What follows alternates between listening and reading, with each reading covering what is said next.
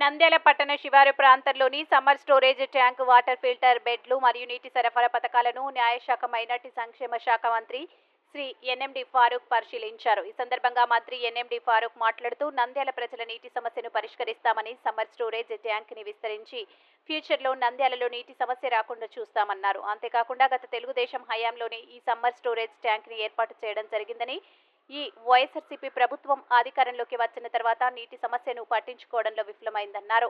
ఎంతసేపు ఉన్నా వారి కుటుంబం వారి అభివృద్ధి చేసుకోవడమే తప్ప ప్రజల సమస్యలు పట్టనట్లు వ్యవహరించిన ఈ వైఎస్ఆర్సీపీ నాయకులకు నంద్యాల ప్రజలు తగిన బుద్ధి చెప్పారని, తెలుగుదేశం హయాంలోనే అభివృద్ధి జరుగుతుందని ప్రజలు గమనించి తెలుగుదేశం పార్టీని ఎన్నుకోవడం చాలా సంతోషంగా ఉందన్నారు.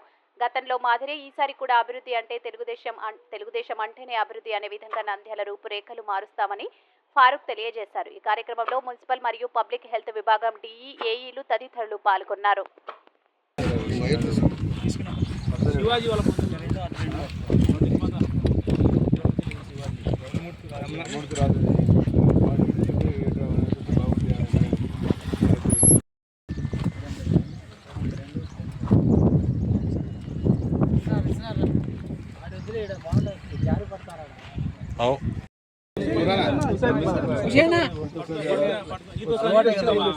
సార్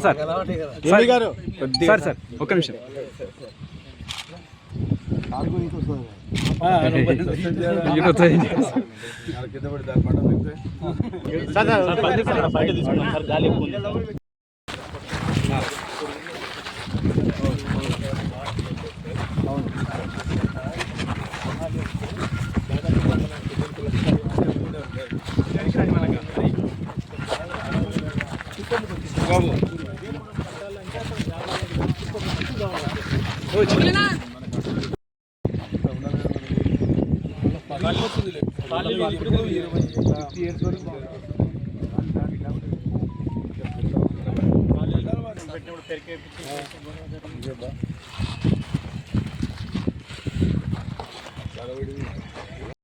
సోర్స్ ఎక్కడుంటే అక్కడ నుంచి